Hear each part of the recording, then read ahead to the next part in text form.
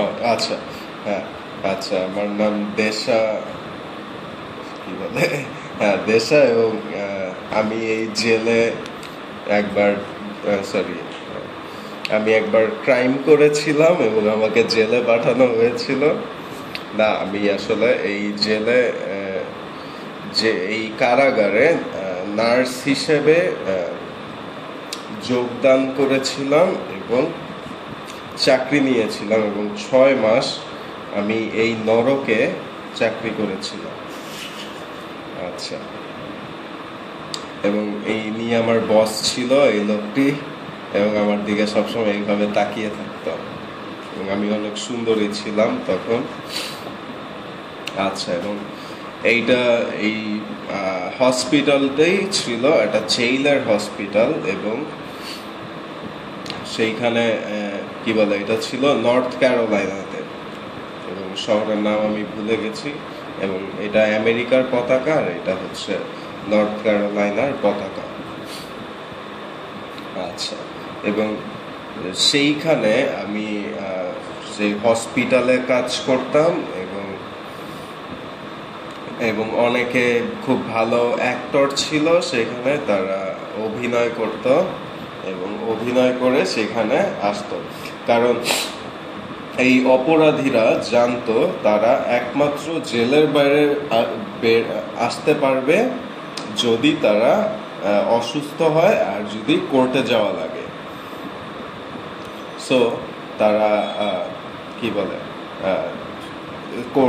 তারা কোর্টে যেতে চেত না, কিন্তু হসপিটালে আসতে চাইতো। সো তারা অনেক অভিনয় করতো, ও আমার হাত আমি নাড়াতে পারি না, আমার বুকে অনেক ব্যথা, ও আমার গার্লফ্রেন্ড ছেড়ে চলে গেছে, আমার হৃদয় ভেঙে গিয়েছে, অনেক কষ্ট। এবং আমি যখন যেতাম সেখানে সব ছেলে আমার দিকে তাকিয়ে, নার্স এদিকে আসো, হ্যাঁ, এবং আমি খুব ভয় পেতাম তখন।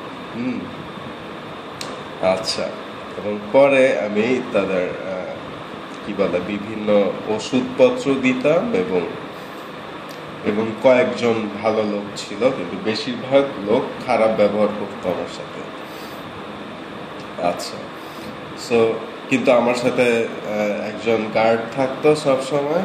আচ্ছা, সো পরে একদিন, এবং আমাকে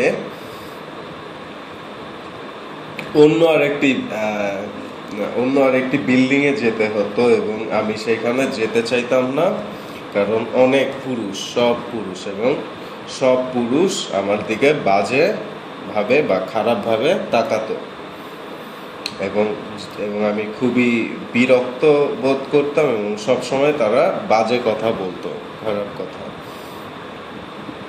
আচ্ছা,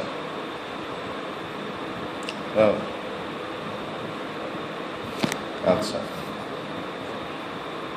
এবং কি বলে, এবং আমাকে মাঝে মাঝে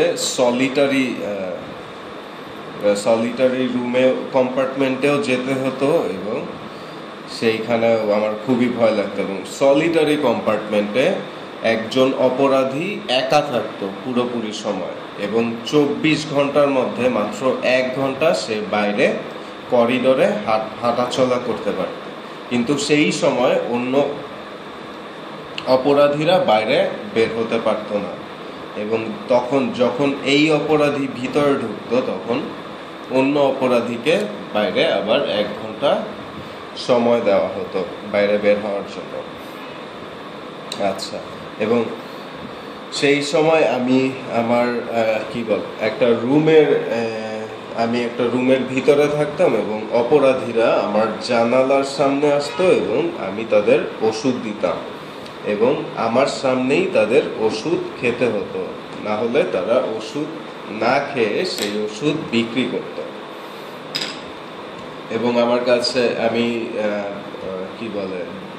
সেখানে অনেক ডায়াবেটিসের রোগী ছিল, এবং আমি তাদের ডায়াবেটিস মাপতাম যে কতটা বেড়েছে, এবং ডায়াবেটিসের আগে হাত পরিষ্কার করা লাগে, হ্যাঁ, এবং এই আমি তাদের এইটা দিয়ে, তাদের এই অ্যালকোহলিক প্যাড দিয়ে তাদের হাত পরিষ্কার করতাম। এবং তখন বা কেউ কেউ অনেক অ্যালকোহলিক ছিল এবং এইটা নিয়ে তারা মুখের ভিতরে নিয়ে চাবাতো এবং বলতো যে অনেক দিন পরে মদ খাচ্ছি।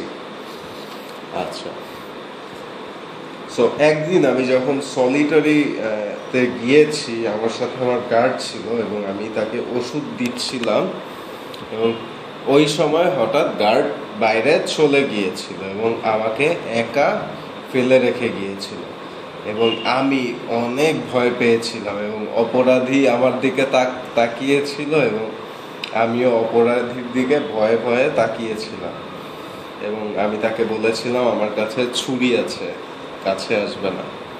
এবং অপরাধী ভয় পেয়েছিল এবং তারপর আমি দরজা ধাক্কা দিয়েছিলাম, দরজায় নক করেছিলাম এবং তখন গার্ড এসেছিল এবং আমি তাকে বলেছিলাম যে কেন তুমি এত তাড়াতাড়ি কেন আমাকে তুমি একা ফেলে রেখে গিয়েছিলে, আমি অনেক ভয় পেয়েছি।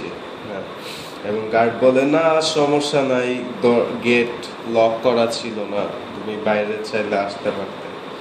তারপর আমি তাকে বলি তুমি আর কোনোদিন আমাকে একা ফেলে রেখে যাবে না এবং সবসময় আমার সাথে থাকবে।